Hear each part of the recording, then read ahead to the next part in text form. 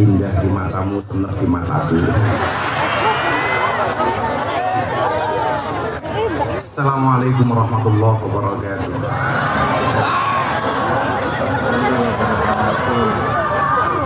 Alhamdulillahil qail, bismillahirrahmanirrahim. Qul ya ibadiyalladzina asrafu ala anfusihim la taqnatu mir rahmatillah. Innallaha yaghfiru dzunuba jami'an innahu huwal ghafurur rahim. Allahumma salli wa sallim wa barik ala sayyidina wa maulana Muhammadin wa ala alihi wa ashabil mujahidin at-tahirin. Rabbi shrah li sadri wa yassir li amri wahlul 'uqdatam min lisani yafqahu qawli. Amma ba'du. Hadratal muhtaramin, para masyayikh, para kiai, para alim, para habaib, tokoh agama, tokoh masyarakat yang saya muliakan, wabil khusus Gus Hafid dan sahabat-sahabat Subhanul Muslimin. Mudah-mudahan Allah senantiasa jaga dengan keberkahan dan kemanfaatan. Para pejabat yang berkenan hadir, Bapak Bupati, Pak Sugiri, Bupati yang sangat sederhana. Saya agak susah membedakan diksi sederhana dan miskin. Apakah beliau ini pribadi yang sederhana atau miskin? Kayaknya ya BBT, beda-beda tipis. Tentunya beserta istri. Halo Bu. Wajahnya, mohon maaf, hatinya pasti bahagia, bisa dilihat dari bajunya, bunga-bunga. Saya meyakini kesuksesan seorang Sugiri itu tidak lepas dari doa seorang istri. Itu artinya semakin banyak istri, semakin banyak yang mendoakan. Tentunya Ibu Wakil Bupati ready matam. Ibu Bupati yang saya sulit untuk membedakan antara gemuk dengan gemoy, yang beliau baru merayu saya untuk menjadikan rekom supaya bisa maju lagi. Sorry Ibu Bupati, sebelum sedingin laut lepas, kita sebelumnya pernah sangat salon pas. Ya. Serta para pejabat yang berkenan hadir, Pak Danrem, Pak Dandim, Pak Kapolres, dan seluruh jajaran Musbida yang saya banggakan. Bapak Ibu warga masyarakat Ponorogo rahimakumullah. Alhamdulillah, baru tadi malam saya landing dari London. Saya ada ngaji dengan Muslim London sekaligus nonton final champion antara Dortmund dengan Madrid, dan alhamdulillah Madrid menang dengan skor 0-2. Berapa skornya? 0-2. Bukan 2-0, 0-2. Gini rasang guyang guyu. Ini calonmu beda. Tapi alhamdulillah malam hari ini saya nggak kenal kata jet lag. Kalau dulu orang bepergian apalagi naik pesawat selama 16 jam, Jakarta Dubai 8 jam, Dubai London 8 jam, masih tambah Jakarta Jogja. Walaupun di tempat yang sangat tinggi, alhamdulillah saya tidak kenal dengan jet lag. Saya meyakini diperhatikan tinggi banget. Kirain Monas Jakarta, ternyata tembok antara kita. Maka saya bersyukur malam hari ini, begitu saya melihat poster, judulnya keren, Tobat Gedeng,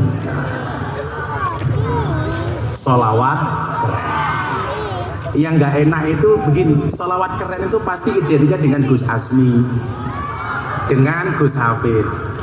Begitu ngomong tobat itu mesti kaitannya dengan maksiat, mesti kaitannya dengan iya cangkemmu.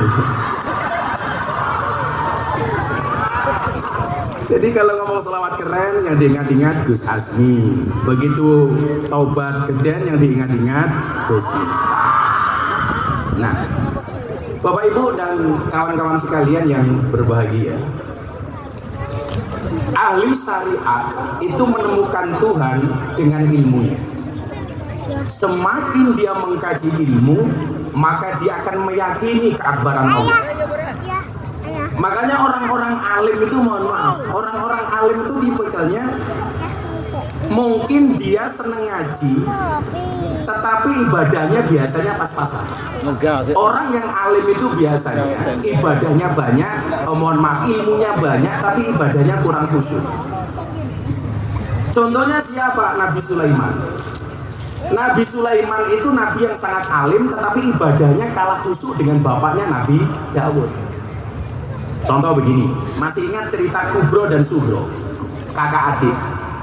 Kubro ini kakaknya, Sugro ini adiknya. Kubro dan Sugro ini sama-sama matang, hamil. Kalau bahasa Jawanya apa? Ngandut. Bahasa lebih halusnya apa? Anggarep beni. Kalau anggarep sari itu men, anggarep beni itu matang. Saya itu kalau ngomong halus, Pak Giri kalah sama saya.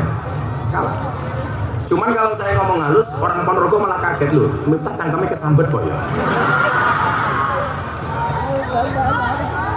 Jadi meteng itu bahasa Jawanya ngandut, yang lebih halus namanya anggarep beni. Kalau menstruasi itu anggar sari. Menstruasi ya, bukan mencret-mencret. Nah, dua-duanya ini hamil, mateng. 9 bulan kemudian melahirkan. Oh, ini ada pemirsa BTV. Jadi Pak Giri, alhamdulillah acara melamar ini disiarkan oleh BTV dengan acara Jalan Dakwah Gus Miftah. Alhamdulillah ini acara Ahlus Sunnah paling favorit di televisi nasional. Jadi lumayan, raine Pak Giri ditonton secara nasional. Santai aja Pak Giri. Jadi kalau Pak Giri ngundang saya ngaji itu undang-undangnya ngamplopi tipis orang apa-apa, yang penting iso ngonek-ngoneknya tak mau jari.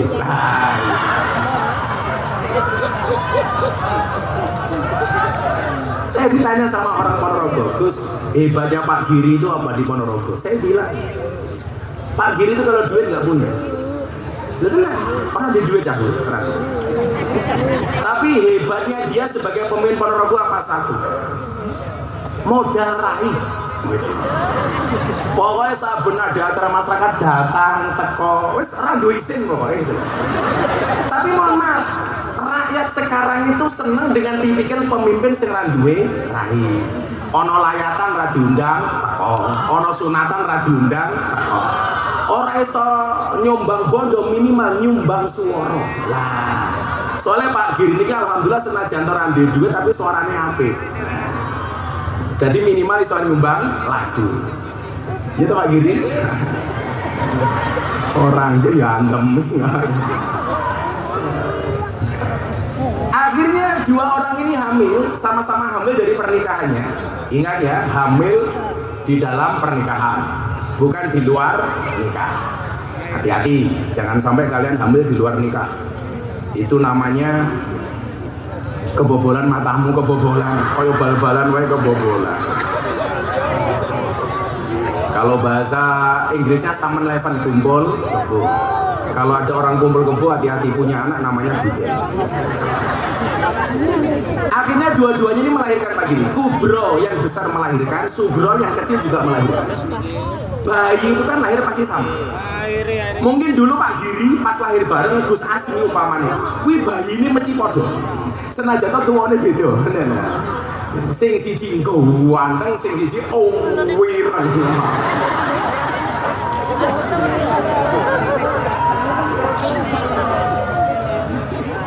Jadi belajar dari pengalaman Pak Prabowo terpilih jadi presiden itu karena sering didolimi. Nah, makanya kalau Pak Giri pengen jadi bupati lagi maka harus siap-siap didolimi. Kira-kira begitu Pak. Itu kampanye yang paling murah. Yes, gampang lah diatur. Iya. Cuman saya itu agak terganggu dengan Tegal Sari itu tahun ini nggak ada haul. Alasannya karena mendekati pilkada takut untuk kampanye. Sebenarnya alasan yang tidak logis. Bukan, pengajian akbarnya nggak ada. Rasanya ya harus ngomong karena ucuk panitiane. Aku ki pengajian tutupannya itu tidak ada. Cuman diganti sholawatan. Tapi apapun keputusan panitia kita hormati. Nah, pokoknya wong Ponorogo kudu bangga duwe Mbah Muhammad besar. Jadi bayi itu lahir sama. Makanya kenapa bayi itu kalau lahir dikasih gelang supaya tidak ada bayi yang tertukar. Karena secara fisikly orang itu kalau lahir pasti mirip. Gak usah kembar, orang lain saja itu bisa mirip. Dikasih gelang. Singkat cerita, dua orang ini Kubro dan Sugro sama-sama pergi ke hutan. Salah satu bayi di antara keduanya dimakan harimau. Akhirnya bayinya tinggal satu. Bayinya tinggal satu. Begitu bayi tinggal satu, muncul konflik. Konfliknya apa? Perebutan bayi. Kubro mengakui bayi itu adalah anaknya. Sugro juga mengakui bahwa bayi itu adalah anaknya. Geger geden, rebutan. Sugro nggak mau kalah, Kubro nggak mau kalah. Siapa yang gendong bayinya? Sugro. Akhirnya karena nggak ketemu solusi, dibawalah ke pengadilan kerajaan Nabi Dawud. Ini dibawa. Dua-duanya mengajukan gugatan di pengadilan Nabi Dawud alaihissalam. Nabi Dawud itu tipikal khusyuk yang tadi saya bilang, bukan alim. Yang alim itu Nabi Sulaiman. Makanya ayatnya bunyinya apa? Fafahamna Sulaiman. Yang paling alim itu Sulaiman. Rebutan ini. Bayiku, bayiku, bayiku, bayiku. Nah coba, ini bayi untuk rebutan. Sekarang mbak-mbak malah banyak yang membuang bayi. Gitu. Hati-hati cawe dok, jogonen dok. Tenang. Isi kelingan bahasanya Gus Miftah ora? Tahu bulat cuwilik digoreng dadaan regane 500-an. Mosok namu enak model gratisan. Iya. Karena aku jadi ingin. Gak apa-apa lah. Lupakan masalah hari ini. Kenapa? Karena besok masih ada masalah lain. Akhirnya Nabi Dawud bertanya, ini nanya siapa? Kubro jawab, anakku. Ini anaknya siapa? Sugro menjawab, anakku. Ketiga kalinya ditanya, kopiku mana? Belum ada. Itu pertanyaan ketiga. Yo gore ini toh Pak Bupati, ramai jelas. Loh, ini baru Bupati Pelayan Rakyat.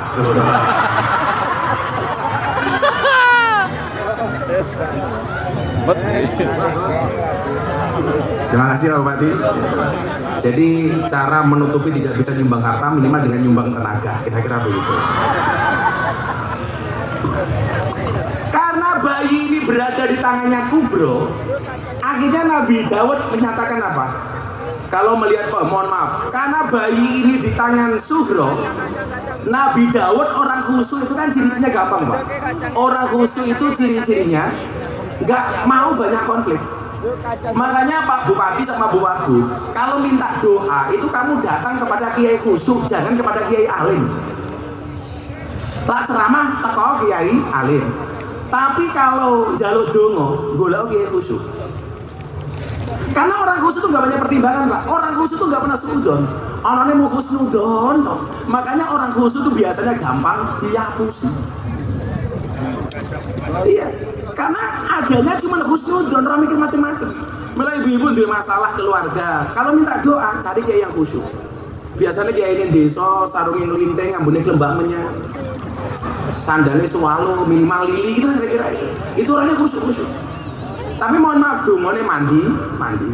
Akhirnya pengadilan Nabi Dawud memutuskan bayi ini adalah merupakan anak dari Sugro. Kenapa? Karena yang gendong bayinya itu Sugro. Pengadilan ditutup. Begitu keluar pengadilan ketemu Nabi Sulaiman. Nabi Sulaiman itu anaknya Nabi Daud. Ibu, Bapak, sebelum saya lanjutkan, itulah alasan kenapa Nabi Muhammad itu tidak punya anak laki-laki yang hidup. Kenapa? Karena kebiasaannya kalau Nabi itu punya anak laki-laki biasanya menjadi Nabi. Contoh Nabi Ibrahim punya anak Ismail, Ismail menjadi Nabi. Nabi Daud punya anak Sulaiman menjadi Nabi. Nabi Yakub mempunyai nama Yahya menjadi Nabi. Makanya Nabi Muhammad kenapa tidak punya anak laki-laki yang hidup? Karena khawatir sepeninggal Nabi nanti anaknya dianggap Nabi. Padahal la nabiya ba'da. Padahal tidak ada Nabi setelah Nabi Muhammad. Begitu ketemu Sulaiman, ditanya, kenapa kalian dari mana? Dari pengadilan. Apa yang kalian sengketakan soal anak? Ini anaknya siapa? Anaknya Sugro. Buktinya apa? Yang bawa Sugro. Nabi Sulaiman langsung mengajukan peninjauan kembali. Jadi peninjauan kembali itu Pak Kapolres tidak hanya sekarang, sudah ada sejak Nabi Sulaiman. Saya banding, kata Sulaiman, saya nggak percaya kalau bayi ini bayinya si Sugro. Dibawa kembali ke pengadilan Nabi Daud. Nabi Daud, saya banding, saya nggak percaya kalau bayi ini bayinya Sugro. Tapi saya juga nggak yakin kalau bayi ini bayinya Kubro. Akhirnya ditanya sama Nabi Sulaiman, anaknya sopo? Kubro jawab, anakku. Anaknya sopo? Sugro jawab, anakku. Apa yang terjadi? Karena dua-duanya bersikukuh, Nabi Sulaiman mohon maaf mengambil sebuah pedang. Dia mengatakan kepada dua perempuan ini, karena dua-duanya mengakui ini anaknya, maka izinkan saya membelah bayi ini menjadi dua. Yang separuh saya kasih Kubro, yang separuh saya kasih Sugro. Akhirnya apa? Si Sugro menjawab, saya setuju. Sementara si Kubro menjawab, saya tidak setuju wahai Sulaiman. Daripada bayinya dibelah, wallah, berikan bayi ini kepada si Sugro saja. Akhirnya apa? Nabi Sulaiman memutuskan, yang tadinya Nabi Daud mengatakan ini adalah bayinya Sugro, Nabi Sulaiman mengatakan bayi ini adalah bayinya Kubro. Kenapa? Karena psikologi seorang ibu nggak mungkin merelakan anaknya untuk dibunuh, apalagi dibelah. Sehingga apa? Nabi Daud kemudian mengiyakan apa yang menjadi keputusan Nabi Sulaiman alaihissalam. Nah, iki lho awake. Dadi lak jenengan golek pitedah, kuwi takono karo guru sing alim. Tapi lak jenengan golek petunjuk soal sesuk aku menang apa kalah, kuwi takono karo kiai khusyuk. Nah, Pak Giri ini sakniki seneng njak kula, ora kok mergo kula khusyuk, ora kok mergo kula alim, tapi mergo kula iso golek rekom nganggo Pak Giri. Runtut iki. Kalau ahli syariat itu menemukan Tuhan dengan ilmunya. Semakin alim, semakin dia dekat dengan Allah. Karena orang itu kalau semakin alim merasa dirinya semakin bodoh. Bila awam iki tambah ngaji, kowe bendina melu ngaji iki kudune ora rumangsa mundak pinter tapi mundak bodoh. Mundak goblok. Mila jenengan yang ngaji malam hari ini walaupun nanti dari jam 7 malam sampai nanti berakhir jam 4 subuh umpamane. Kok belas mboten paham sane mawon, tetap ada manfaatnya.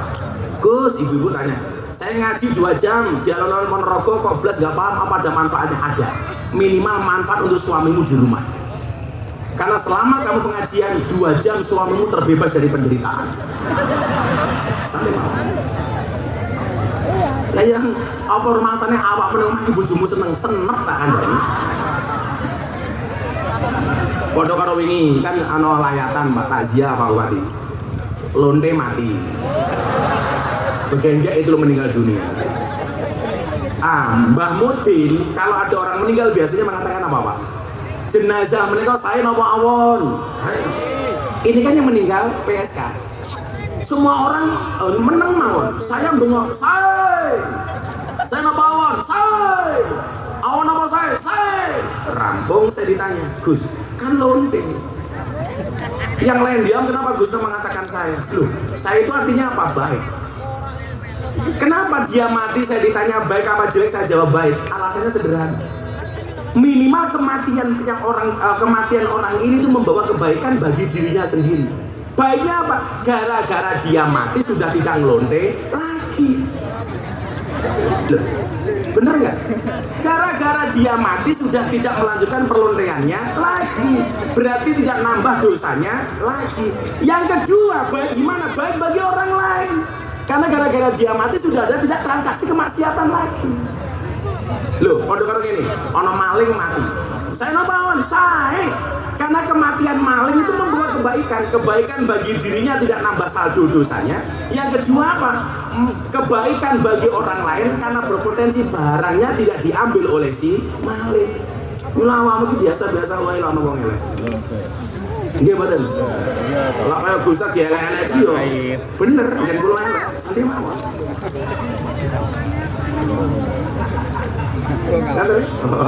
Kan kaos baju gua anyar. Loh, aku karo Gus Hafid iki padha arek motor. Soalnya modalnya motor. Kalau Pak Giri nggak mungkin pakai baju seperti saya, karena modalnya itu motor, mau cangkem.